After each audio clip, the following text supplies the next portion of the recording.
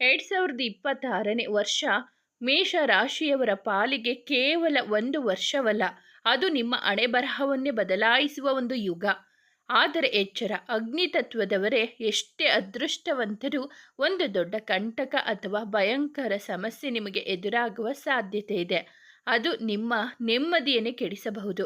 ಆದರೆ ಹೆದರಬೇಡಿ, ಅದಕ್ಕೆ ಅಷ್ಟೇ ಸರಳವಾದ ಮತ್ತು ಶಕ್ತಿಶಾಲಿಯಾದ ಪರಿಹಾರವನ್ನು ವಿಡಿಯೋದ ಕೊನೆಯಲ್ಲಿ ತಿಳಿಸಲಾಗುತ್ತದೆ. ಯಾರು ಈ ವಿಡಿಯೋವನ್ನು ಪೂರ್ತಿಯಾಗಿ ನೋಡುತ್ತಾರೋ ಅವರ ಬದುಕು ಬಂಗಾರವಾಗುವುದರಲ್ಲಿ ಸಂಶಯವಿಲ್ಲ.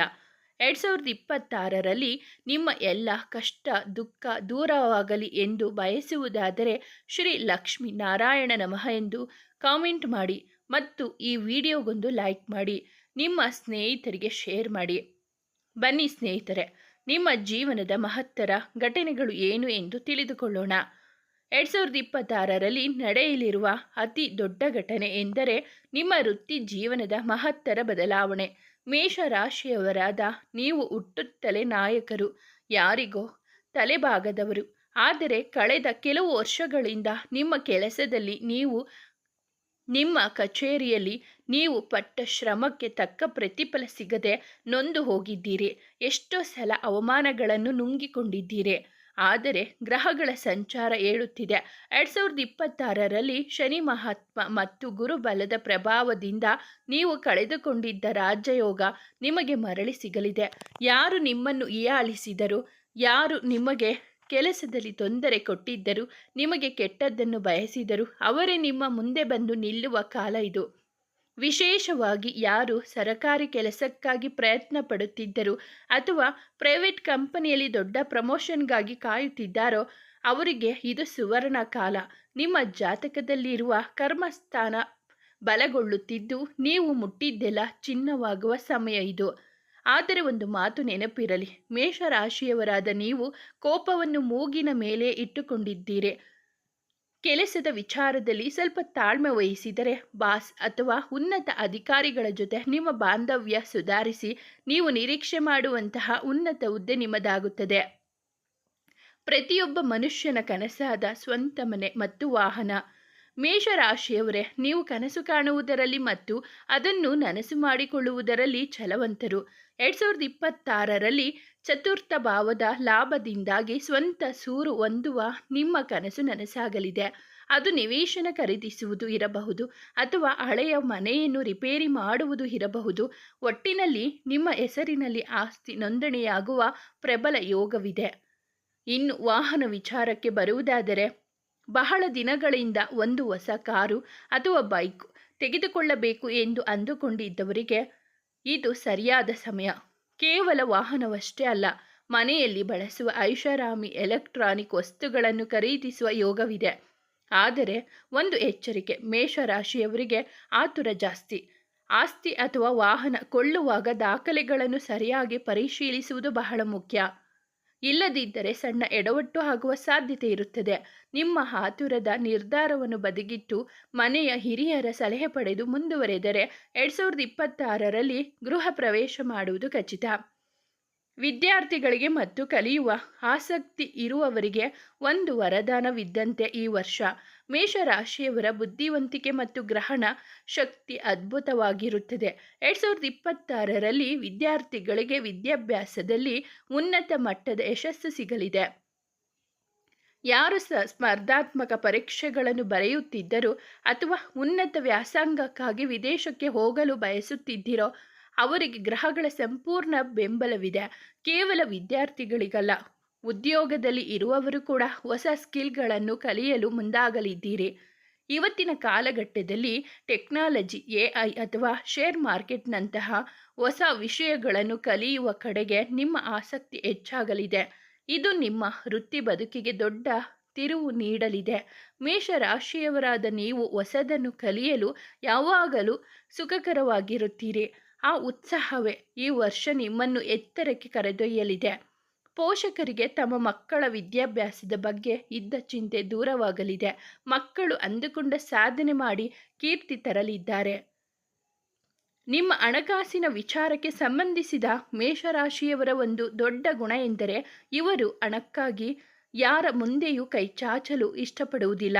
ಆದರೆ ಬೇರೆಯವರ ಕಷ್ಟಕ್ಕೆ ಕರಗಿ ತಮ್ಮಲ್ಲಿದ್ದ ಎಲ್ಲವನ್ನು ಕೊಟ್ಟು ಬಿಡುವ ದಾನಸೂರರು. ನೀವು ಈ ನಿಮ್ಮ ಗುಣವೇ ನಿಮಗೆ ಕೆಲವೊಮ್ಮೆ ಮುಳ್ಳಾಗಿರಬಹುದು. ಆದರೆ 2026ರಲ್ಲಿ ಹಣಕಾಸಿನ ಹರಿವು ಗಂಗಾ ನದಿಯಂತೆ ನಿಮ್ಮ ಕಡೆಗೆ ಹರಿದು ಬರಲಿದೆ. ಎಷ್ಟು ದಿನಗಳಿಂದ ಸಿಕ್ಕಿ ಹಾಕಿಕೊಂಡಿದ್ದ ಹಣ, ಕೋರ್ಟ್ ಕಚೇರಿಯಲ್ಲಿ ಬಾಕಿ ಇದ್ದ ದುಡ್ಡು ಅಥವಾ ನೀವು ಯಾರಿಗೋ ಕೊಟ್ಟು ಮರೆತೇ ಹೋಗಿದ್ದ ಸಾಲ ವಾಪಸ್ ನಿಮ್ಮ ಕೈ ಸೇರಲಿದೆ. ಗುರು ಗ್ರಹದ ಅನುಗ್ರಹದಿಂದ ಸ್ಥಾನ ಬದಲಾವಾಗಿದ್ದು ಆರ್ಥಿಕವಾಗಿ ನೀವು ಬಲಿಷ್ಠರಾಗಲಿದ್ದೀರಾ. ಮುಖ್ಯವಾಗಿ ಯಾರು ಸಾಲದ ಸುಳಿಯಲ್ಲಿ ಸಿಕ್ಕಿ ಹಾಕಿಕೊಂಡು ನರಳುತ್ತಿದ್ದೀರೋ, ಬಡ್ಡಿ ಕಟ್ಟಲಾಗದೆ ಒದ್ದಾಡುತ್ತಿದ್ದೀರೋ ಅವರಿಗೆ 2026 ವಿಮುಕ್ತಿಯ ವರ್ಷವಾಗಿದೆ. ಅನಿರೀಕ್ಷಿತ ಧನ ಲಾಭವಾಗುವ ಯೋಗವಿದ್ದು ಹಳೆಯ ಸಾಲಗಳನ್ನು ತೀರಿಸಿ ನಿಟ್ಟುಸಿರು ಬಿಡುವಂತಹ ಗಳಿಗೆಗಳು ಎದುರಾಗಲಿವೆ. ಇದು ನಿಮಗೆ ಸಿಗುತ್ತಿರುವ ದೈವಿಕ ಸಂದೇಶವಾಗಿದೆ.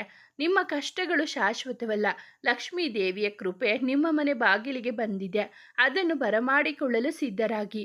ನಿಮ್ಮ ವೈಯಕ್ತಿಕ ಜೀವನಕ್ಕೆ ಸಂಬಂಧಿಸಿದ ಮೇಷರಾಶಿಯವರು ಹೊರಗಡೆ ನೋಡಲು ಕಠಿಣ ಎನಿಸಿದರೂ ಒಳಗಡೆ ಅಷ್ಟೇ ಮೃದು ಸ್ವಭಾವದವರು, ಕರುಣಾಮಹಿಗಳು.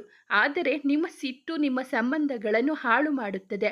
2026ರಲ್ಲಿ ಅವಿವಾಹಿತರಿಗೆ ಕಂಕಣ ಭಾಗ್ಯ ಕೂಡಿ ಬರಲಿದೆ. ಇದುವರೆಗೆ ಎಷ್ಟೇ ಸಂಬಂಧಗಳು ಬಂದರೂ ಮುರಿದು ಹೋಗುತ್ತಿದ್ದರೆ ಈ ವರ್ಷ ಮನಸ್ಸಿಗೆ ಒಪ್ಪುವಂತಹ, ನಿಮ್ಮನ್ನು ಅರ್ಥ ಮಾಡಿಕೊಳ್ಳುವಂತಹ ಸಂಗಾತಿ ಸಿಗಲಿದ್ದಾರೆ. ಇನ್ನು ಈಗಾಗಲೇ ಮದುವೆಯಾದ ದಾಂಪತ್ಯದಲ್ಲಿ ಸಣ್ಣ ಪುಟ್ಟ ಜಗಳ, ಮನಸ್ತಾಪ ಅಥವಾ ವಿರಸ ಇದ್ದರೆ ಅದೆಲ್ಲವೂ ಮೋಡದಂತೆ ಕರಗಿ ಹೋಗಲಿದೆ. ಗುರು ಬಲವು ನಿಮ್ಮ ಕುಟುಂಬದಲ್ಲಿ ಶಾಂತಿಯನ್ನು ನೆಲೆಸುವಂತೆ ಮಾಡಲಿದೆ. ಪ್ರೇಮಿಗಳಿಗಂತೂ ಇದು ಸುವರ್ಣ ಯುಗ. ಮನೆಯಲ್ಲಿ ವಿರೋಧವಿದ್ದರೆ ಹಿರಿಯರ ಮನವೊಲಿಸಿ ಪ್ರೇಮ ವಿವಾಹವಾಗಲು 2026 ಅತ್ಯಂತ ಸೂಕ್ತವಾಗಿದೆ. ಇಲ್ಲಿ ಒಂದು ಕಿವಿ ಮಾತು: ಸಂಗಾತಿಯ ಮಾತುಗಳಿಗೆ ಸ್ವಲ್ಪ ಬೆಲೆ ಕೊಡಿ. ನಿಮ್ಮ ಹಠಮಾರಿತನವನ್ನು ಬಿಟ್ಟರೆ ಸಂಸಾರ ಸುಖಮಯವಾಗಿರುತ್ತದೆ. ಸಂಬಂಧಗಳ ನಡುವೆ ಇದ್ದ ಆಸ್ತಿ ವಿವಾದಗಳು ಅಥವಾ ಮನಸ್ತಾಪಗಳು ಹಿರಿಯರ ಮಧ್ಯಸ್ಥಿಕೆಯಿಂದ ಬಗೆಹರಿಯಲಿವೆ. ಕುಟುಂಬದಲ್ಲಿ ಶುಭ ಕಾರ್ಯ ನಡೆಯುವ ಮೂಲಕ ಎಲ್ಲವೂ ಒಂದಾಗುವ ಕಾಲ ಸನ್ನಿಹಿತವಾಗಿದೆ. ಹೂಡಿಕೆದಾರರಿಗೆ ರೋಮಾಂಚನಕಾರಿ ವಿಷಯವಾಗಿದೆ. 2026 ಮೇಷರಾಶಿಯವರಿಗೆ ರಿಸ್ಕ್ ತೆಗೆದುಕೊಳ್ಳುವುದು ಎಂದರೆ ಇಷ್ಟ. 2026ರಲ್ಲಿ ಶೇರ್ ಮಾರ್ಕೆಟ್, ಟ್ರೇಡಿಂಗ್ ಅಥವಾ ಮ್ಯೂಚುವಲ್ ಫಂಡ್ಗಳಲ್ಲಿ ಹೂಡಿಕೆ ಮಾಡಿರುವವರಿಗೆ ಅಥವಾ ಮಾಡಲು ಬಯಸುವವರಿಗೆ ಅದೃಷ್ಟದ ಬಾಗಿಲು ತೆರೆಯಲಿದೆ. ಪಂಚಮ ಸ್ಥಾನದ ಅಧಿಪತಿಯ ಕೃಪೆಯಿಂದ ಲಾಭ ಸಿಗುವ ಸಾಧ್ಯತೆಗಳಿವೆ. ಆದರೆ ನೆನಪಿರಲಿ, ಮೇಷರಾಶಿಯವರು ಕೆಲವೊಮ್ಮೆ ಅತಿಯಾದ ಆತ್ಮವಿಶ್ವಾಸದಿಂದ ಎಡವಟ್ಟು ಮಾಡಿಕೊಳ್ಳುತ್ತಾರೆ. ಹಾಗಾಗಿ ಬೇರೆಯವರು ಹೇಳಿದರು ಅಂತ ಕಣ್ಣು ಮುಚ್ಚಿ ದುಡ್ಡು ಹಾಕಬೇಡಿ. ನಿಮ್ಮ ಸ್ವಂತ ಬುದ್ಧಿ ಶಕ್ತಿಯನ್ನು ಉಪಯೋಗಿಸಿ ಸರಿಯಾಗಿ ಮಾಹಿತಿ ಪಡೆದು ಹೂಡಿಕೆ ಮಾಡಿದರೆ ದೊಡ್ಡ ಮಟ್ಟದ ಹಣವನ್ನು ಸಂಪಾದನೆ ಮಾಡಬಹುದು. ವಿಶೇಷವಾಗಿ ದೀರ್ಘಕಾಲದ ಹೂಡಿಕೆಗಳು ಈ ವರ್ಷ ನಿಮಗೆ ಬಂಪರ್ ಲಾಭ ತಂದು ಕೊಡಲಿವೆ.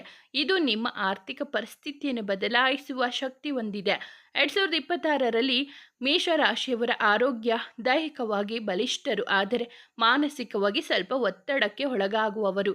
2026ರಲ್ಲಿ ನಿಮ್ಮ ಆರೋಗ್ಯದಲ್ಲಿ ಚೇತರಿಕೆ ಕಂಡು ಬರಲಿದೆ. ದೀರ್ಘಕಾಲದ ಕಾಯಿಲೆಗಳಿಗಿಂತ ಬಳಲುತ್ತಿರುವವರಿಗೆ ಹೊಸ ಚಿಕಿತ್ಸೆ ಅಥವಾ ಔಷಧಿಯಿಂದ ಗುಣಮುಖರಾಗುವ ಲಕ್ಷಣಗಳಿವೆ. ನೀವು ನಿಮ್ಮ ಫಿಟ್ನೆಸ್ ಕಡೆಗೆ ಹೆಚ್ಚು ಗಮನ ಕೊಡಲಿದ್ದೀರಿ. ಜಿಮ್, ಯೋಗ ಅಥವಾ ವ್ಯಾಯಾಮದ ಮೂಲಕ ನಿಮ್ಮ ದೇಹವನ್ನು ಹುಲಿಯಂತೆ ಸದೃಢವಾಗಿ ಇಟ್ಟುಕೊಳ್ಳುತ್ತೀರಿ. ಆರೋಗ್ಯವೇ ಭಾಗ್ಯ ಎಂಬ ಮಾತು 2026ರಲ್ಲಿ ನಿಮಗೆ ಅಕ್ಷರಶಃ ಸತ್ಯವಾಗಲಿದೆ. ಆದರೆ ರಕ್ತದೊತ್ತಡ ಮತ್ತು ತಲೆನೋವಿನ ಬಗ್ಗೆ ಸ್ವಲ್ಪ ಎಚ್ಚರವಿರಲಿ. ಕೋಪ ಕಡಿಮೆ ಮಾಡಿಕೊಂಡರೆ ಅರ್ಧ ಕಾಯಿಲೆಗಳು ವಾಸಿಯಾದಂತೆ. ಸಮಾಜದಲ್ಲಿ ನಿಮ್ಮ ಗೌರವ ಪ್ರತಿಷ್ಠೆ ಹೆಚ್ಚಾಗುವುದು. ಮೇಷರಾಶಿಯವರು ಸ್ವಾಭಿಮಾನಿಗಳು. 2026ರಲ್ಲಿ ನೀವು ಮಾಡುವ ಕೆಲಸಗಳಿಂದ, ಸಮಾಜ ಸೇವೆಯಿಂದ ಅಥವಾ ನಿಮ್ಮ ವೃತ್ತಿ ಸಾಧನೆಯಿಂದ 10 ಜನರ ಬಾಯಿಯಲ್ಲಿ ನಿಮ್ಮ ಹೆಸರು ಬರುತ್ತದೆ. ರಾಜಕೀಯದಲ್ಲಿ ಆಸಕ್ತಿ ಇರುವವರಿಗೆ ಉತ್ತಮ ಅವಕಾಶಗಳು ಹುಡುಕಿಕೊಂಡು ಬರಲಿವೆ. ನಿಮ್ಮ ಶತ್ರುಗಳು ಕೂಡ ನಿಮ್ಮ ಸಾಧನೆ ನೋಡಿ ಬೆರಗಾಗುವಂತಹ ಸಮಯ ಇದು. ನಿಮ್ಮ ಮಾತಿಗೆ ಬೆಲೆ ಬರುತ್ತದೆ. ಕುಟುಂಬದಲ್ಲಿ ಮತ್ತು ಸಮಾಜದಲ್ಲಿ ನಿಮ್ಮ ಸ್ಥಾನಮಾನ ವೃದ್ಧಿಯಾಗುತ್ತದೆ. ಇದು ನಿಮಗೆ ಸಿಗುತ್ತಿರುವ ದೈವಿಕ ಸಂದೇಶ. ನೀವು ಗೆಲ್ಲಲು ಹುಟ್ಟಿದವರು, ಸೋಲಲು ಅಲ್ಲ ಸ್ನೇಹಿತರೆ. ಇಲ್ಲಿಯವರೆಗೂ 7 ಅದ್ಭುತ ವಿಷಯಗಳನ್ನು ನೋಡಿದ್ದೆವು. ಆದರೆ ನಾಣ್ಯಕ್ಕೆ 2 ಮುಖ ಇರುವಂತೆ 2026ರಲ್ಲಿ ನೀವು ಎದುರಿಸಲೇಬೇಕಾದ ಒಂದು ಕಹಿ ಸತ್ಯ ಅಥವಾ ಘಟನೆ ಇದೆ. ಇದನ್ನೇ ನಾನು ಮೊದಲೇ ತಿಳಿಸಿದ್ದೇನೆ. ಅದೇನೆಂದರೆ ಮೇಷರಾಶಿಯವರ ಅತಿ ದೊಡ್ಡ ನ್ಯೂನ್ಯತೆ ನಂಬಿಕೆ. ನೀವು ತುಂಬ ಮುಗ್ಧರು. ಎದುರಿನವರು ಒಳ್ಳೆಯದಾಗಿ ಮಾತನಾಡಿದರೆ ಬೇಗ ಕರಗಿ ಬಿಡುತ್ತೀರಿ. ಅವರನ್ನು ಸಂಪೂರ್ಣವಾಗಿ ನಂಬಿಬಿಡುತ್ತೀರಿ. 2026ರಲ್ಲಿ ನಿಮಗೆ ತೀರ ಹತ್ತಿರದವರಿಂದಲೇ, ನೀವು ಪ್ರಾಣಕ್ಕಿಂತ ಹೆಚ್ಚಾಗಿ ನಂಬಿದವರಿಂದಲೇ ಮೋಸ ಹೋಗುವ ಸಾಧ್ಯತೆ ಇದೆ. ಅದು ಹಣದ ವಿಚಾರದಲ್ಲಿರಬಹುದು ಅಥವಾ ಸಂಬಂಧದ ವಿಚಾರದಲ್ಲಿ ಇರಬಹುದು. ಬೆನ್ನ ಹಿಂದೆ ಚೂರಿ ಹಾಕುವ ಕೆಲಸ ನಡೆಯಬಹುದು. ನಾನು ಮಾಡಿದ ಉಪಕಾರಕ್ಕೆ ಇದು ಪ್ರತಿಫಲ ಎಂದು ನೀವು ಕಣ್ಣೀರು ಹಾಕುವ ಸನ್ನಿವೇಶ ಎದುರಾಗಬಹುದು. ಜೊತೆಗೆ ನಿಮ್ಮ ಸಿಟ್ಟು ಮತ್ತು ಆತುರ ಕ್ಷಣಿಕ ಕೋಪಕ್ಕೆ ಬಲಿಯಾಗಿ ಕೈಯಲ್ಲಿರುವ ಒಳ್ಳೆಯ ಅವಕಾಶಗಳನ್ನು ಅಥವಾ ಸಂಬಂಧವನ್ನು ನೀವೇ ಹಾಳು ಮಾಡಿಕೊಳ್ಳುವ ಸಾಧ್ಯತೆ ಇದೆ. ನಿಮ್ಮ ನೇರ ನುಡಿ ನಡೆ ಕೆಲವರಿಗೆ ಅಹಂಕಾರ ಎಂದು ಅನಿಸಬಹುದು. ಇದರಿಂದ ಗುಪ್ತ ಶತ್ರುಗಳು ಹುಟ್ಟಿಕೊಳ್ಳಬಹುದು. ಹಾಗಾದರೆ ಇದಕ್ಕೆ ಪರಿಹಾರ ಏನು? ಈ ಸಮಸ್ಯೆಯಿಂದಾಗಿ ಪಾರಾಗುವುದು ಹೇಗೆ? ಯೋಚಿಸಬೇಡಿ ಸ್ನೇಹಿತರೆ. ಅದಕ್ಕಾಗಿಯೇ ಈ ವಿಡಿಯೋದ ಮುಂದಿನ ಭಾಗದಲ್ಲಿ ರಾಮಬಾಣದಂತೆ ಪರಿಹಾರಗಳನ್ನು ನೀಡುತ್ತೇವೆ. 2026ರಲ್ಲಿ ಬರುವ ಎಲ್ಲ ಅಡೆತಡೆಗಳನ್ನು ನಿವಾರಿಸಿಕೊಂಡು ಯಶಸ್ಸಿನ ಶಿಖರ ಏರಲು ಮೇಷರಾಶಿಯವರು ಈ ಸರಳ ಆದರೆ ಶಕ್ತಿಶಾಲಿ ಪರಿಹಾರಗಳನ್ನು ಪಾಲಿಸಬೇಕು. ನಿಮ್ಮ ಆದಿದೇವತೆ ಕುಜ ಮಂಗಳವಾರದಂದು ಸುಬ್ರಹ್ಮಣ್ಯ ಸ್ವಾಮಿಯ ದೇವಸ್ಥಾನಕ್ಕೆ ಭೇಟಿ ನೀಡಿ ಅಥವಾ ಮನೆಯಲ್ಲಿ ಸುಬ್ರಹ್ಮಣ್ಯನಿಗೆ ನಮಸ್ಕರಿಸಿ. ಇದು ನಿಮ್ಮ ಶತ್ರುಬಾಧೆಯನ್ನು ಕೋಪ ಕಡಿಮೆ ಮಾಡುತ್ತದೆ. ಹನುಮಂತನ ಆರಾಧನೆ. ಮೇಷರಾಶಿಯವರಿಗೆ ಆಂಜನೇಯನೇ ಬೆನ್ನೆಲುಬಾಗಿ ಪ್ರತಿದಿನ ಅಥವಾ ಕನಿಷ್ಠ ಪಕ್ಷ ಮಂಗಳವಾರ ಮತ್ತು ಶನಿವಾರ ಹನುಮಾನ್ ಚಾಲೀಸವನ್ನು ಪಠಿಸಿ. ಇದು ನಿಮಗೆ ಮಾನಸಿಕ ಧೈರ್ಯವನ್ನು ನೀಡುತ್ತದೆ ಮತ್ತು ಎಂಥದ್ದೇ ಸಂಕಷ್ಟ ಬಂದರೂ ಅದನ್ನು ಎದುರಿಸುವ ಶಕ್ತಿ ಕೊಡುತ್ತದೆ. ಸಾಧ್ಯವಾದರೆ ಮಂಗಳವಾರದಂದು ವೀಳ್ಯದೆಲೆ ಅಥವಾ ಕೆಂಪು ಬಣ್ಣದ ಹೂಗಳನ್ನು ಆಂಜನೇಯನ ಸ್ವಾಮಿಗೆ ಅರ್ಪಿಸಿ.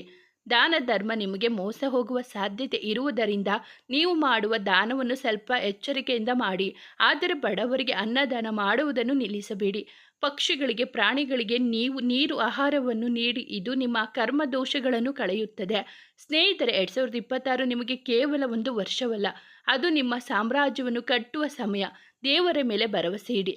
ಇನ್ನು ನಿಮಗೆ ಅತಿ ಹೆಚ್ಚು ಮಾಹಿತಿಗಳನ್ನು ತಿಳಿದುಕೊಳ್ಳಬೇಕೆಂದರೆ ನಿಮ್ಮ ಜನ್ಮ ಜಾತಕವನ್ನು ನುರಿತ ಜ್ಯೋತಿಷ್ಯರೊಂದಿಗೆ ತೋರಿಸಿ ನಿಮ್ಮ ಎಲ್ಲ ಕಷ್ಟಗಳನ್ನು ಪರಿಹಾರ ಮಾಡಿಕೊಳ್ಳಬಹುದು.